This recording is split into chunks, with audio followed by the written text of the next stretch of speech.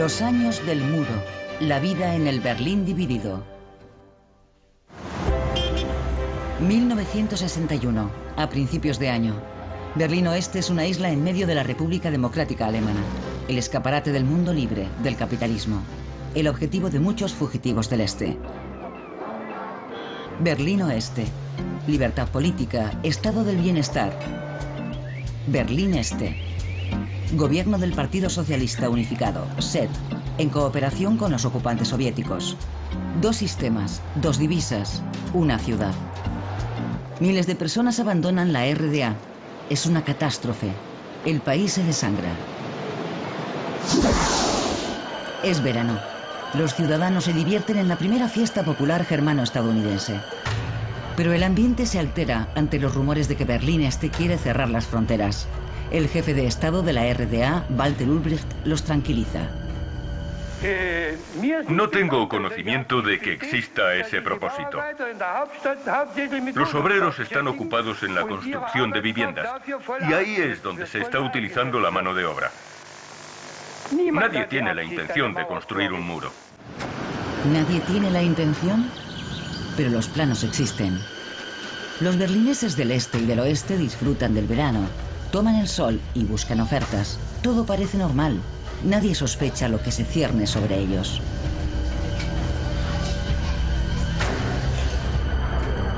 El 13 de agosto de 1961 comienza la construcción del muro.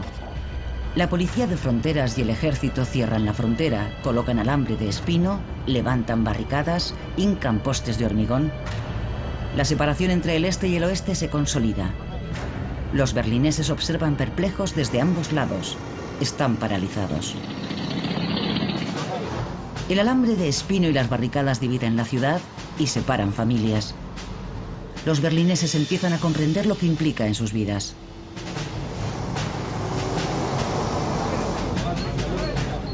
Los aliados occidentales observan, pero no intervienen, pues el muro no recorta su poder ni sus zonas de ocupación.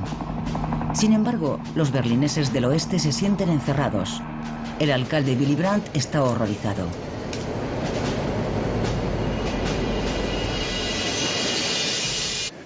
Lo que se está construyendo en el centro de Berlín no es ningún tipo de frontera internacional, sino el muro de un campo de concentración. 27 de octubre. Duelo al sol en Friedrichstraße. Confrontación en el Checkpoint Charlie. Los tanques estadounidenses y soviéticos se acercan a la frontera.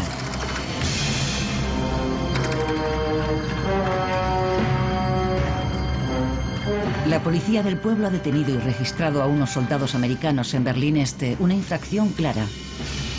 Los estadounidenses y los británicos no quieren tolerarlo y la escalada militar parece posible. El mundo contiene la respiración.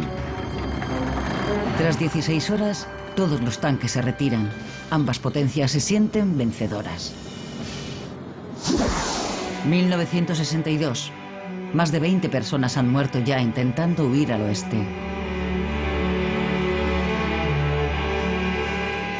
En el aniversario de la construcción del muro a las 12, los berlineses occidentales lo dejan todo y durante 3 minutos recuerdan en silencio a los muertos. Después protestan a bocinazos.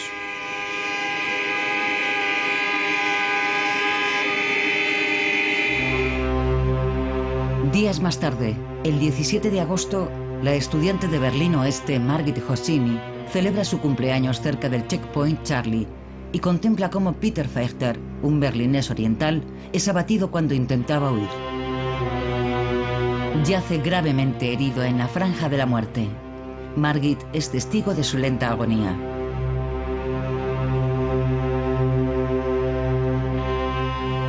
Fue traumático para todos nosotros. Un verdadero horror. Vimos a aquel hombre y oímos sus gritos pidiendo ayuda. Al principio era un grito de socorro normal.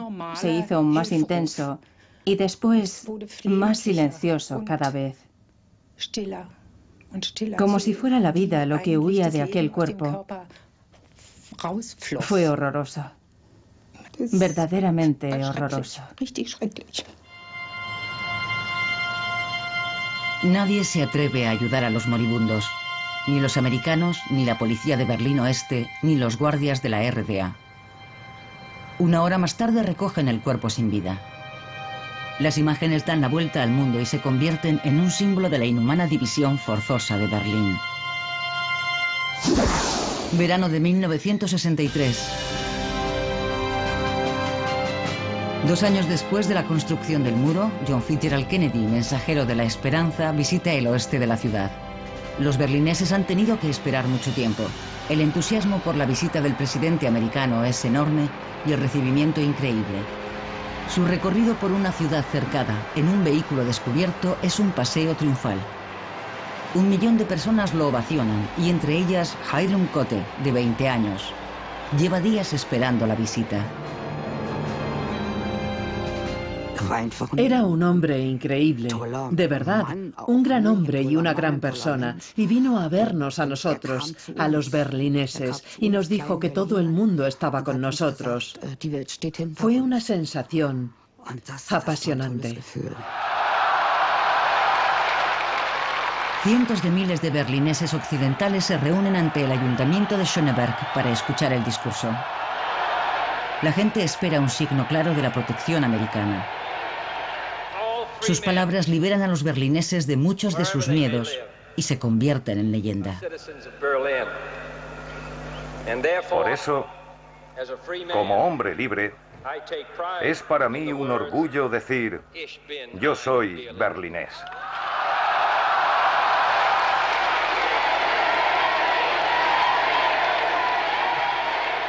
Entonces el pueblo rugió. Estoy segura de que se oyó hasta en el distrito de Pankow. Fue increíble, una experiencia que ninguno de los presentes olvidamos. En diciembre, el muro se vuelve un poco más permeable, al menos para los occidentales. Los permisos de paso permiten por primera vez visitar a los familiares del otro lado.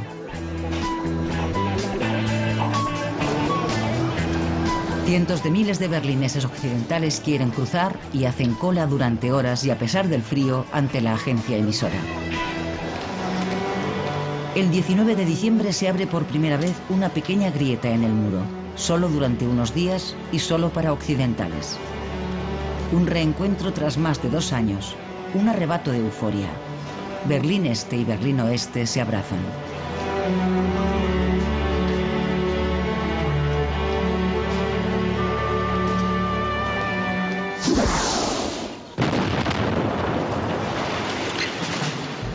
Mientras, se siguen dinamitando las viviendas próximas al muro. Para los dirigentes de la RDA, están demasiado cerca de la frontera.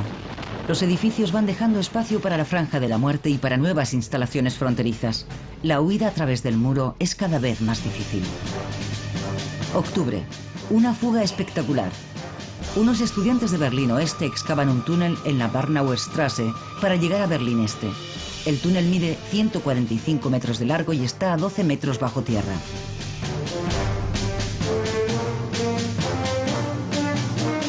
Fue el más largo, profundo y exitoso de los túneles construidos. 57 personas consiguieron huir del este al oeste. La construcción duró medio año. Entre sus autores está el estudiante de Derecho Peter Schulenburg. La motivación es su indignación por la construcción del muro y la solidaridad con los habitantes del este.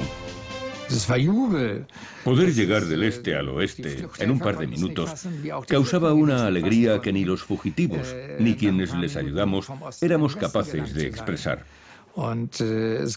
Algunos fugitivos creían que no habían llegado todavía al oeste, sino que tal vez la Stasi los había detenido.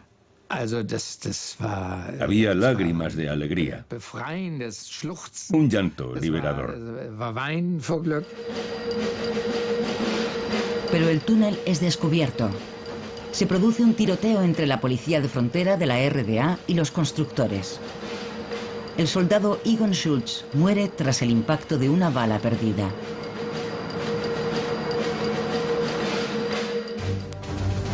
En Berlín Este, el fallecido es considerado un mártir. El gobierno del SED utiliza el trágico desenlace como propaganda. El gobierno del Este oculta durante décadas que Egon Schultz había muerto por la bala perdida de un compañero. Peter Schulenburg y sus compañeros lo descubrieron en los archivos del Stasi tras la caída de la RDA.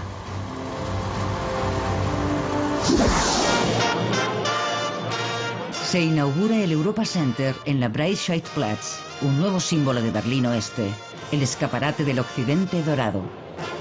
Con sus 86 metros de altura, es por entonces el edificio más alto de la ciudad, el orgullo de la sociedad de consumo, docenas de tiendas y restaurantes de sabor internacional, y además se ve desde el este.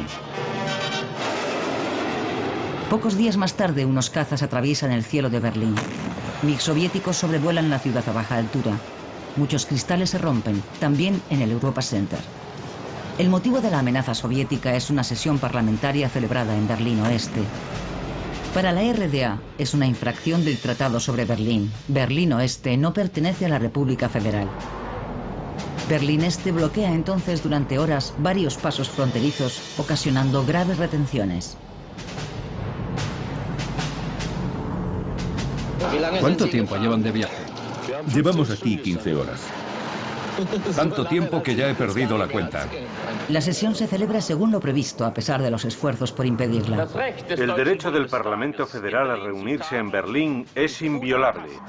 Los aliados occidentales no comparten esta opinión. Para evitar confrontaciones, prohíben que el Parlamento vuelva a reunirse en Berlín Oeste. 2 de junio, Berlín Oeste extiende la alfombra roja para el Shah de Persia. Para el monarca y su esposa Faradiva se utiliza el máximo nivel de seguridad. Hubo protestas estudiantiles, no solo contra la ley de emergencia y la guerra de Vietnam, sino contra todas las dictaduras, estuviesen en Grecia o en Irán. En el ayuntamiento de Schöneberg, el Shah se dispone a estampar su firma en el libro de oro de la ciudad, mientras en la calle un coro de voces lo acusa de asesino, y un grupo de iraníes ataca con tablones a los manifestantes. La policía de Berlín Oeste tarda en intervenir para impedir la agresión. Por la tarde, el Shah acude a la ópera para ver la flauta mágica de Mozart. Es insultado de nuevo. La policía recibe la orden de expulsar a los manifestantes, permitiendo usar la porra. Hacia las 8:30 se oye un disparo. El sargento Karl-Heinz Kurras ha derribado a un estudiante. El joven se llama Benno Ohnesorg. Los esfuerzos por salvarlo son inútiles y muere esa misma noche.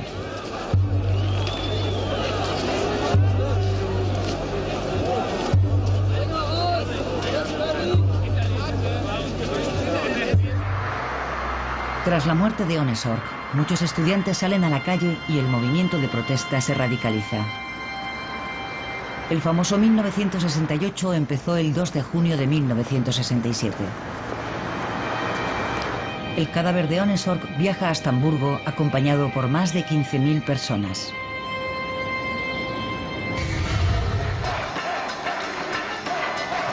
...1968... La avenida Kurfürstendamm acoge manifestaciones contra la guerra de Vietnam, la editorial Springer, la dictadura griega, los tanques en Praga, las leyes de emergencia. El 17 de febrero, durante una protesta contra la guerra de Vietnam, el centro de Berlín Oeste vuelve a ser el escenario de un enfrentamiento. Algunos berlineses mayores, marcados por el aislamiento de la ciudad y el apoyo de Kennedy, quieren impedir que esos jóvenes y sus ídolos mancillen su fidelidad a los Estados Unidos. Rudi Dutschke era el rostro más famoso de la llamada oposición extraparlamentaria. El descontento con los considerados alborotadores y pendencieros se dirige sobre todo contra él. El 11 de abril recibe un disparo que lo hiere gravemente. El agresor llevaba un artículo del periódico ultraderechista Deutsche Nationalzeitung, titulado «Detengamos a Dutschke o habrá una guerra civil». Por la tarde, una manifestación de unas 3.000 personas llega a la sede de la editorial Springer. Se lanzan piedras y la situación se complica cuando un grupo rompe el cordón policial e intenta alcanzar el edificio. Pretenden asaltar la redacción.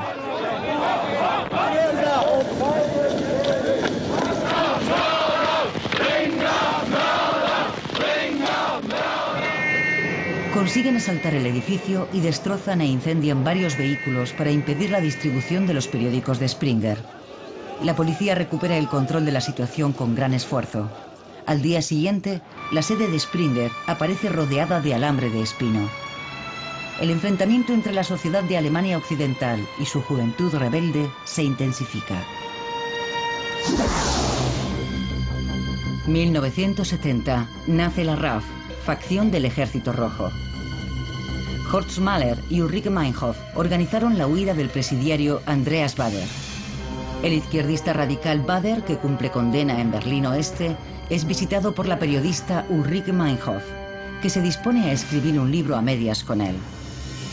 Su abogado Horst Mahler organiza una reunión fuera de la penitenciaría. Según los informes, los secuestradores lanzaron gas lacrimógeno por la puerta de la facultad, obligaron a los trabajadores a apartarse y liberaron a Baader utilizando armas de fuego. La liberación de Baader ha sido un éxito de la RAF.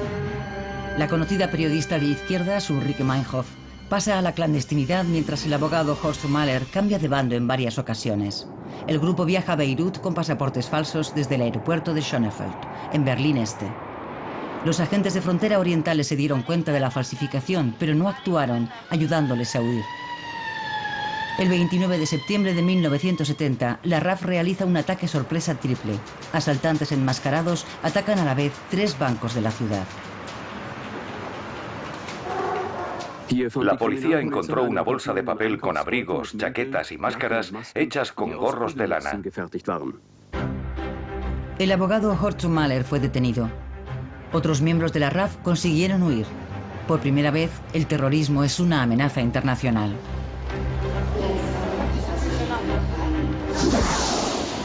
...1971... muchas novedades al este. Casi 10 años tras la construcción del muro, comienza una nueva era. Primavera en el Comité Central, el histórico dirigente del SED pierde el poder. Walter Ulbricht debe irse. Se trata de un derrocamiento con el sello de Moscú. El sucesor en la Secretaría General es Erich Honecker, hasta entonces el número 2. Honecker promete crecimiento. Debe haber progreso en todos los sentidos. La esperanza del acercamiento. Las 4 potencias vencedoras llevan meses negociando en el edificio del antiguo Consejo de Control Aliado en Berlín Oeste. 25 años después del fin de la guerra, la situación de Berlín, especialmente de Berlín Oeste, debe aclararse. El 3 de septiembre de 1971, Estados Unidos, Reino Unido, Francia y la Unión Soviética firman un acuerdo cuatripartito. Es un logro histórico. Bien está lo que bien acaba. El acuerdo cuatripartito regula el estado de la ciudad dividida, la libertad de movimiento y la relación entre Berlín Oeste y la República Federal, sus vínculos políticos y de transporte. Tras el acuerdo se firman otros convenios, como el Acuerdo sobre el Tráfico, que facilita los viajes para los berlineses occidentales, garantizando la libertad de movimiento entre Berlín Oeste y la República Federal. Nuevas libertades que incluso el famoso playboy berlinés Rolf Eden acoge con entusiasmo.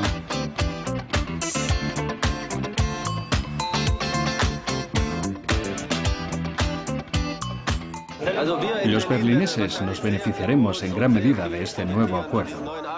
Si los ciudadanos de la República o de otros países pueden venir a Berlín sin molestias y sin tener que esperar horas en la frontera, serán muchos los que decidan hacer una escapada a nuestra ciudad. Primavera de 1972. Berlín Este experimenta las nuevas facilidades para viajar. Como gesto de buena voluntad, los berlineses occidentales pueden viajar al este de la ciudad durante la Pascua. Las 5 oficinas abiertas en Berlín Oeste reciben en 3 días casi 60.000 solicitudes de viaje. Llega el 29 de marzo y los occidentales pueden volver a la otra parte de la ciudad. Reencuentros conmovedores por primera vez en 6 largos años. La estación de Friedrichstraße está abarrotada. También esperan a Gerd Necht y los regalos que lleva. No se podía decir cualquier cosa por teléfono, así que decían indirectamente lo que querían que les llevase. Café, chocolate y un vestido para la pequeña. Era lo que querían y se lo llevé. Para muchos era una visita a una ciudad extraña. El centro estaba casi irreconocible. 1973. Berlín Este invita a la juventud del mundo. Por segunda vez desde 1951, la ciudad organiza el Festival Mundial de la Juventud y los Estudiantes. Llegan 8 millones de visitantes. La disciplina socialista no les resulta muy atractiva. Amor libre, pelo largo, desorden y color. Por una vez, parece que todo está permitido en la capital de la RDA. Un estado de excepción que dura 9 días. Invitados de 140 países, días llenos de alegría y noches llenas de amor. La juventud libre alemana se mueve a ritmo de samba, carnaval en Berlín Este.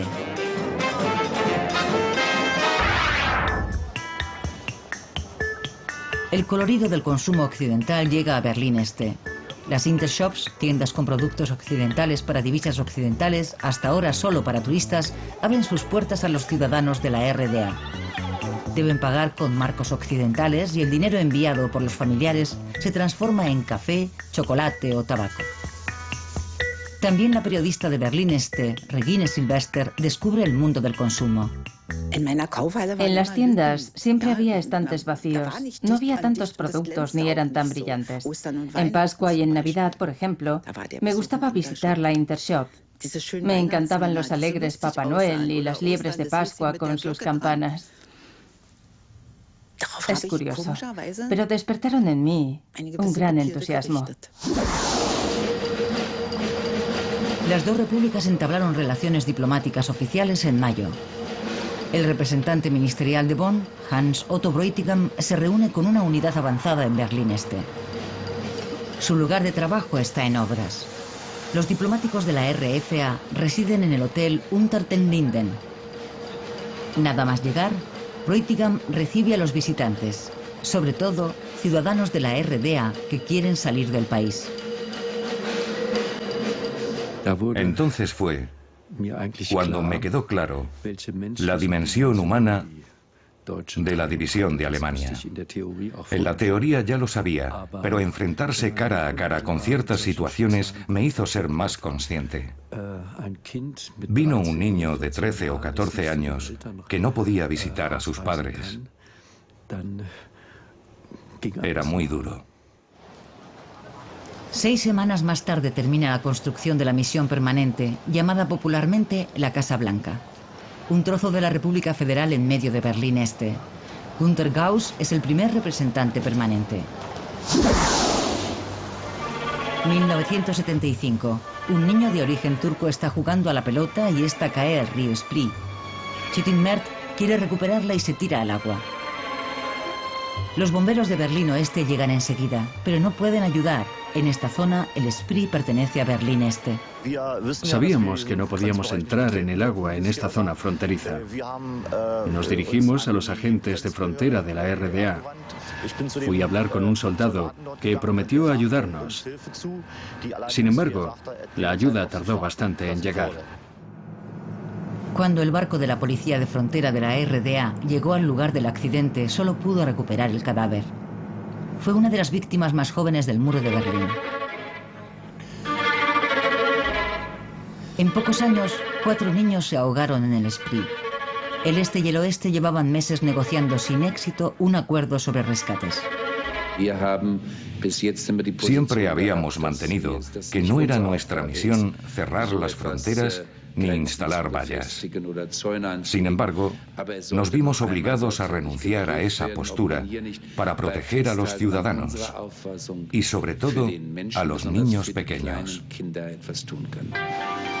La ribera oeste se cerró al final con una valla. Los soldados de frontera del este recibieron la orden de actuar inmediatamente en caso de accidentes.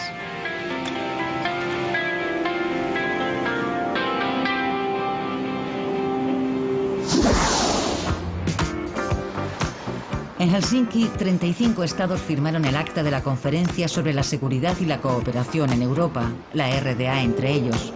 El acta regulaba la relación pacífica y la cooperación en economía y ciencia. Además, establecía derechos humanos y derecho civil. En Berlín Este fue bien acogida. Digamos que por primera vez quizá podamos viajar a alguna parte, a donde queramos. ¿Qué puedo decir? La reunificación familiar. Mis padres viven al otro lado, así que podré visitarlos. Cumbre en Helsinki. El dirigente del SED, Erich Honecker, y el canciller general Helmut Schmidt se ven por primera vez en persona. La RDA se siente valorada, reconocida internacionalmente. Es el gran triunfo de Honecker.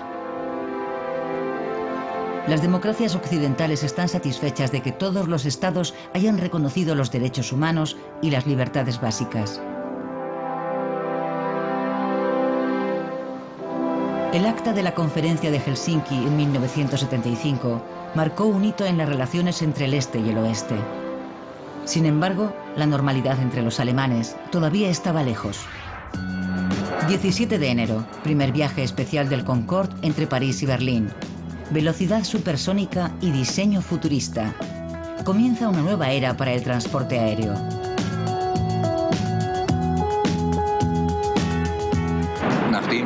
Tras la vuelta de honor del Concorde sobre el cielo de Berlín, tomó tierra a las 9:45.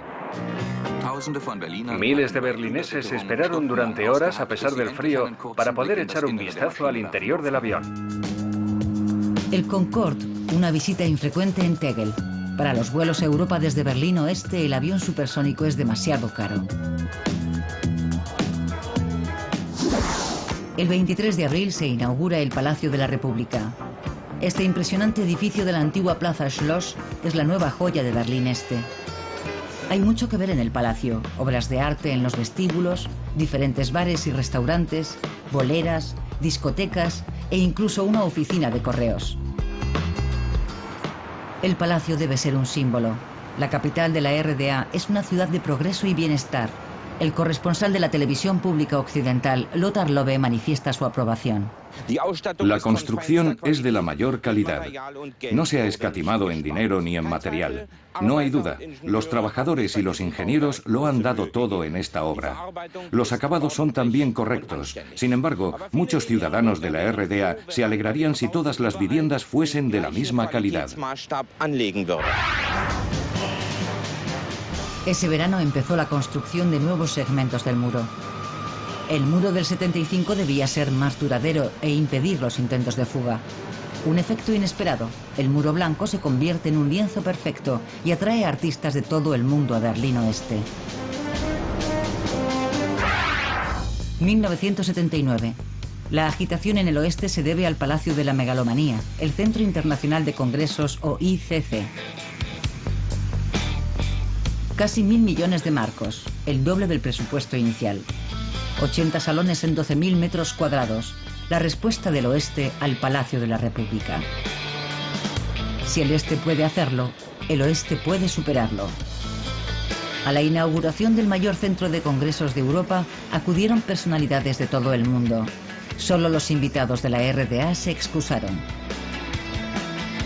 Con el ICC se ha inaugurado un nuevo capítulo en la historia de Berlín.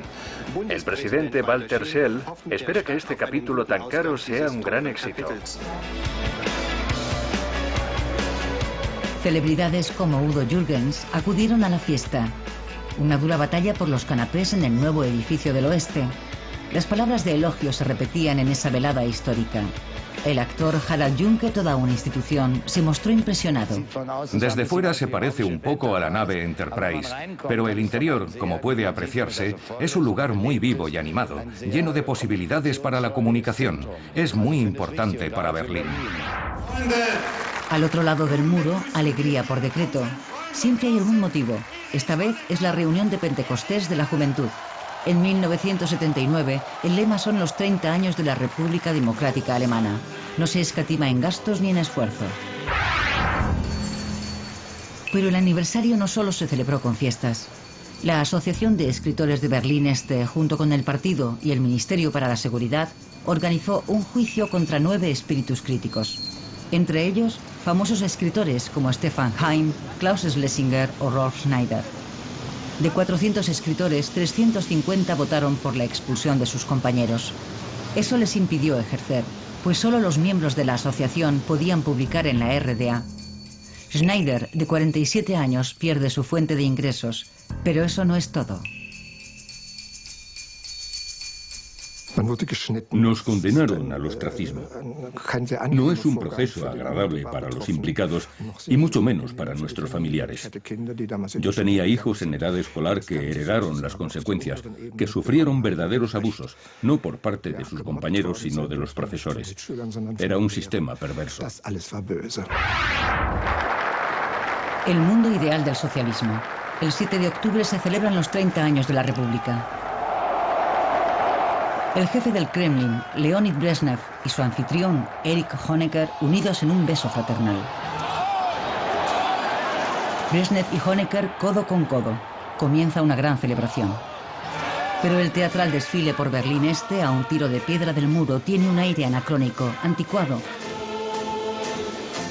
La procesión de antorchas por Unter den Linden trae desagradables recuerdos del pasado.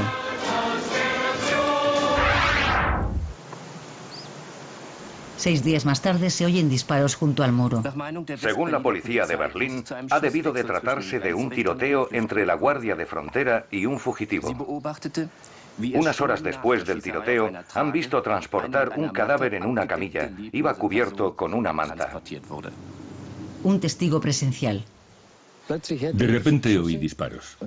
Una serie de disparos. Después gritos. Y después silencio. Octubre de 1979. Un muerto sin nombre junto al muro de Berlín. Un suceso sin resolver. En el oeste, 1980 es el año de la iniciativa civil. Los ocupas exigen contratos de alquiler para sus viviendas de Kreuzberg. Ocupación contra los derribos. El Senado ha decidido derribar las casas de la era industrial en el distrito, acabando así con numerosas viviendas a buen precio. El distrito lleva años sin recibir inversión y muchos habitantes esperan la demolición en edificios ruinosos.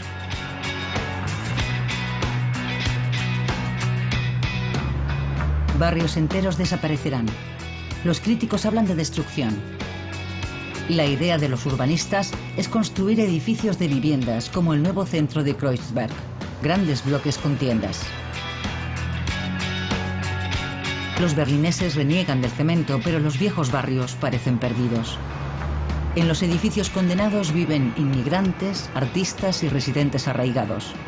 El colorido de Kreuzberg a la sombra del muro.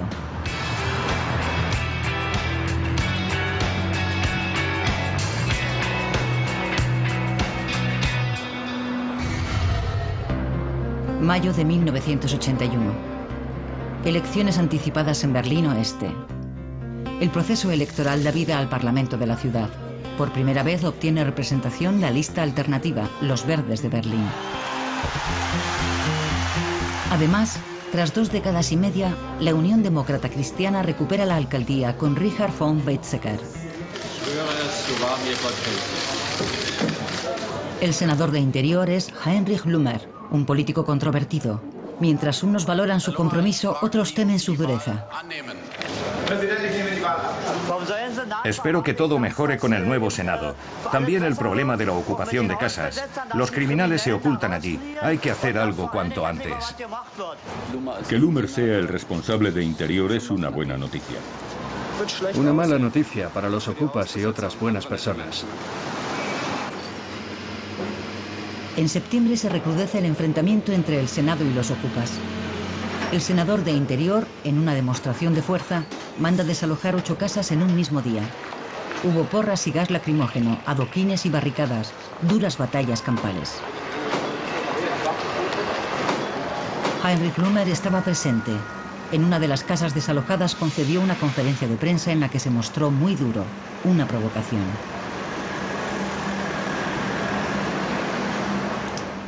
Bueno, como suele decirse, de hacerlo, hacerlo bien.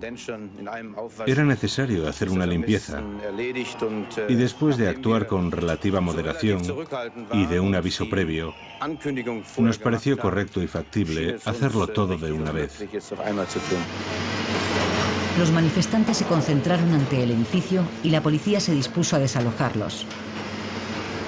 Klaus-Jürgen Rattay, de 18 años, murió atropellado por un autobús urbano.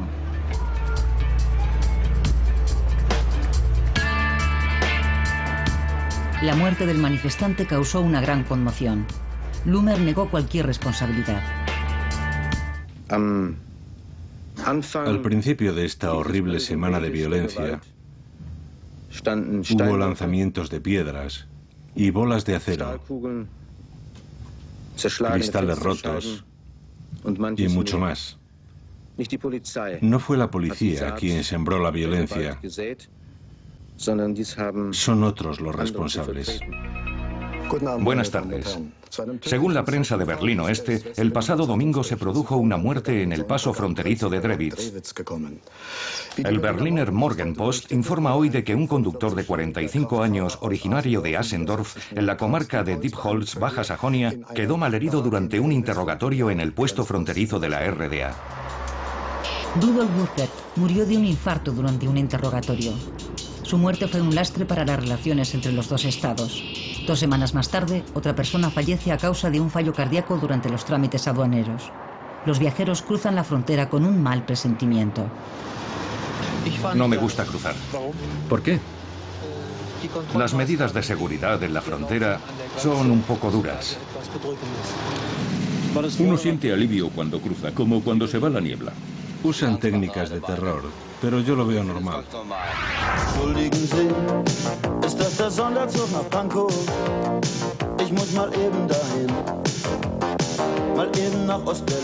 Las emisoras de radio llevan meses emitiendo al otro lado del muro una canción que se convertirá en un himno clandestino. Tren especial a Pankow.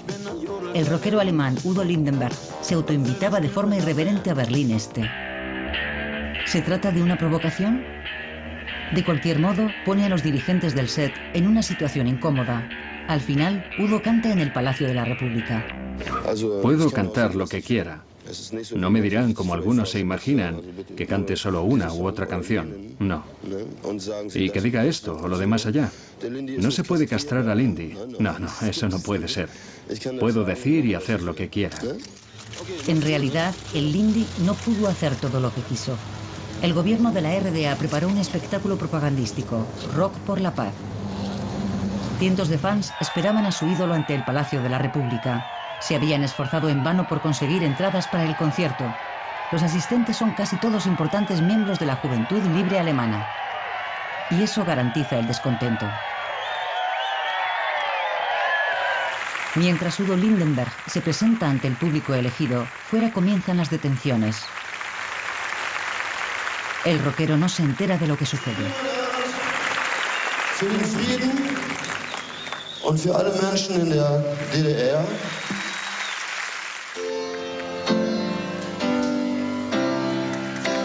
Pero no es la única decepción. Lindenberg no canta su éxito Tren especial a Pankow, sino una canción por la paz mundial y contra la guerra. Keiner will sterben, das ist doch klar. Wozu sind denn dann Kriege denn? Las primeras imágenes del día, las personas hacen señas, son algunos de los más de 40 ciudadanos de la RDA que se han refugiado en la misión permanente de la República Federal en Berlín Este. Quieren forzar su salida del país, incluyendo a 13 niños. Las imágenes llegan a la RDA y provocan una reacción en cadena. Inge Albrecht, una berlinesa oriental de 20 años, tiene a sus espaldas varios intentos de fuga frustrados. Una amiga la convence para probar suerte en la misión permanente. Ella había oído en las noticias que había refugiados en la embajada, así que tomamos la decisión en solo un par de días. Son 2 de las más de 50 personas que desean salir del país y se hacinan en la misión permanente. La situación es insostenible. Nadie está preparado para alojar y proteger a tantas personas.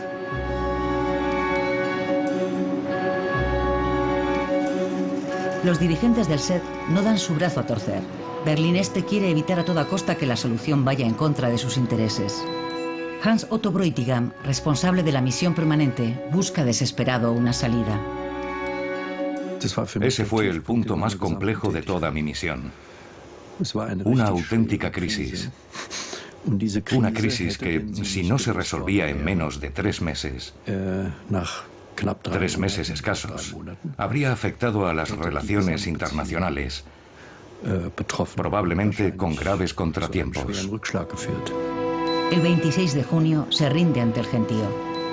Las puertas para visitantes se cierran, abandonando la política de puertas abiertas. No había otra alternativa. A finales de julio se alcanza una solución para los 55 refugiados que siguen en la misión. Tras duras negociaciones, Berlín Este les garantiza la impunidad y el viaje inminente al oeste. Pero debían salir del edificio.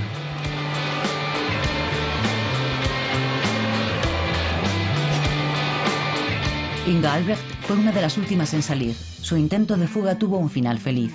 Una vez llegada al oeste, viajó en tren urbano hasta el campo de refugiados de Marienfelde. Allí me encontré con una mujer. Me dirigí a ella y le pregunté, disculpe, ¿voy bien para Marienfelde? Entonces se levantó y me dijo en voz alta, para que todos pudiesen oírla, niña, ¿vienes de la RDA? Y empecé a llorar. 1986. Soldados estadounidenses. La presencia del ejército de la potencia amiga es habitual en Berlín Oeste. Con sus tiendas, restaurantes y discotecas han trasladado parte de su país a Berlín. Katia Bahadori, berlinesa de 19 años, suele ir a la Belle con su novio estadounidense. La música era genial, cosas que aquí no se oían, recién llegadas de Nueva York. La noche del 5 de abril, Katia Bahadori está en la Belle. Poco después de la 1:30 explosiona una bomba en medio de la discoteca. Todo estaba oscuro, no se veía nada. Por lo visto se me rompieron los tímpanos, así que viví toda la experiencia como si estuviera debajo del agua. Fue muy rápido, pero también parecía suceder a cámara lenta, tan irreal como un sueño.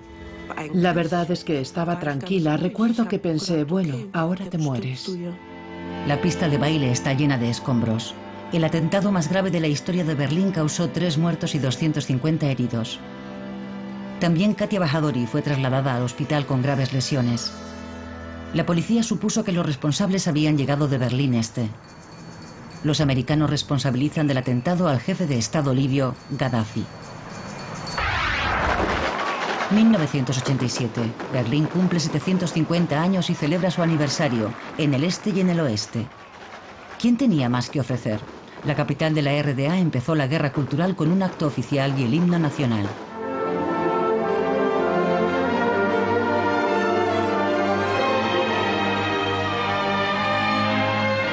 En Berlín Oeste también sonó el himno nacional, el otro. Erich Honecker, aunque estaba invitado, no asistió. El motivo, el canciller.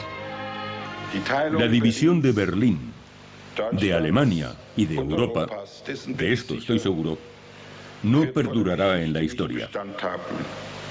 El gobierno del Este se sintió insultado por esas palabras y devolvió inmediatamente la invitación del alcalde Eberhard Diepgen. Teatro político en lugar de ambiente festivo.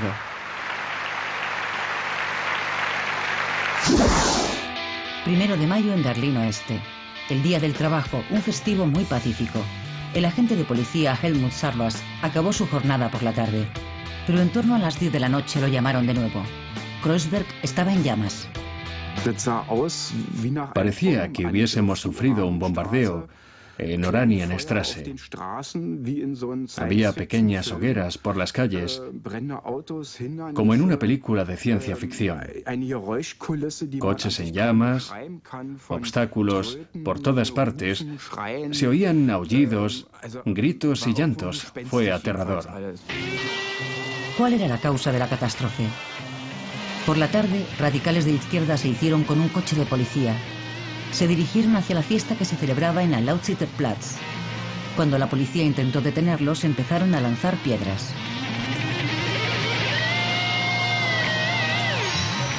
La policía se defendió con gas lacrimógeno. El enfrentamiento duró hasta la madrugada. 245 policías resultaron heridos y 45 vándalos fueron detenidos. Solo entonces se pudo observar el alcance de los daños. Los bomberos, que casi no habían podido actuar durante la noche por los disturbios, seguían trabajando entre los cascotes de un supermercado saqueado e incendiado. El 12 de junio, el presidente estadounidense Ronald Reagan visitó Berlín Oeste para felicitar a la ciudad en su aniversario. Los disturbios se repitieron, disturbios antiamericanos. La policía, permanentemente en acción, llegó incluso a aislar una parte de Kreuzberg. Damas y caballeros, Su Excelencia, el presidente de los Estados Unidos de América, el señor Ronald Reagan, y su esposa, la señora Nancy Reagan. Ronald Reagan dio un discurso ante la puerta de Brandeburgo. Dos frases, dirigidas al jefe del Partido Comunista Soviético, Mikhail Gorbachev, y al mundo, quedaron grabadas en la historia. Secretario General Gorbachev, abra esta puerta. Señor Gorbachev, derribe este muro.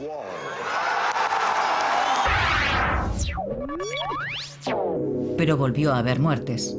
Desde 1961, más de 130 personas perdieron la vida en el muro de Berlín. El último a principios de febrero. El joven berlinés Chris Gefroy, muerto por disparos en un intento de fuga. La emisora Berlín Libre informaba. Este es el lugar de los hechos. Los dos jóvenes intentaron llegar al oeste. Por primera vez en más de 2 años, ha vuelto a haber disparos mortales en la frontera interior alemana. Pocas semanas más tarde se revoca la orden de disparar. 9 de noviembre de 1989. Los políticos de Berlín Oeste hablan en la prensa de la derrota del muro. Como muchos otros berlineses occidentales, la actriz Regina Lemnitz se sorprendió al leerlo por la mañana. No se lo creía. Me enteré de la construcción del muro a los 15 años, escuchando la radio con mi padre a las 5 de la mañana. El muro había existido durante toda mi vida como adulta. En realidad nunca había podido imaginarme que caería, que desaparecería. Günter Schabowski, miembro del Politburó, habló en una conferencia de prensa internacional. Por lo tanto, hoy hemos decidido aprobar una nueva norma que permitirá a todos los ciudadanos de la RDA viajar al extranjero a través de un puesto fronterizo de la RDA. Mis padres viven al otro lado. ¿Seguro que puedo cruzar y visitarlos? Sí, puede cruzar, vamos.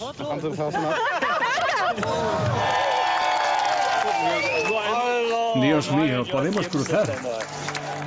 La locura empezó esa noche en el paso fronterizo de Bornholmer-Straße. Se levantó la barrera.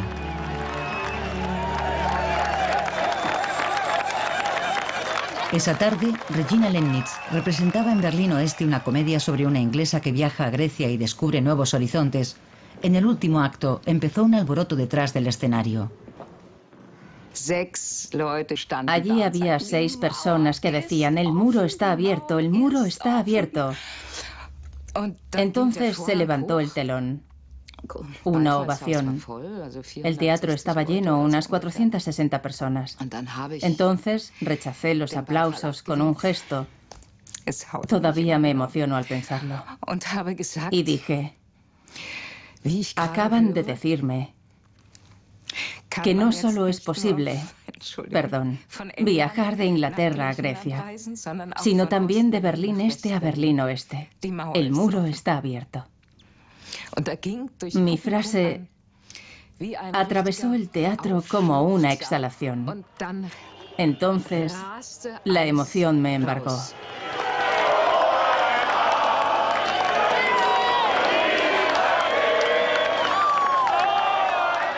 Una noche llena de felicidad, algo excepcional. El este abraza al oeste. Esa noche quedó claro, el muro se cae. El muro se cae.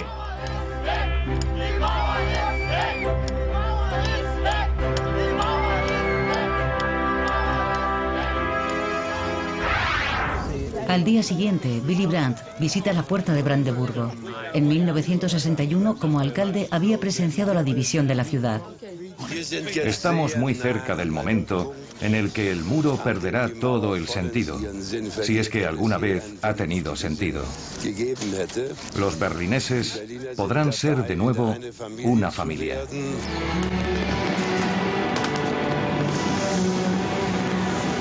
Y por primera vez en 28 años, los berlineses celebran juntos el fin de año.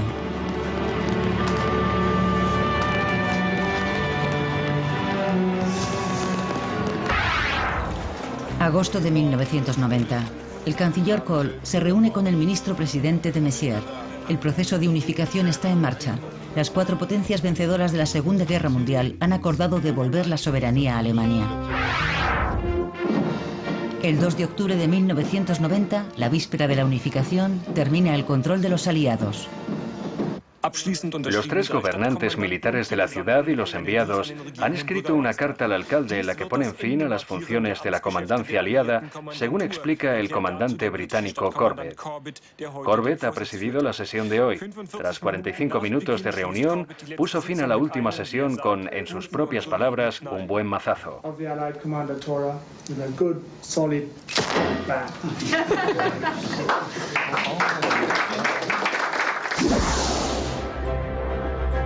Berlín, la ciudad del muro, se convierte en la ciudad de la unidad. Una imagen histórica. A las 0 horas del 3 de octubre, la República Democrática Alemana se integra en la República Federal Alemana.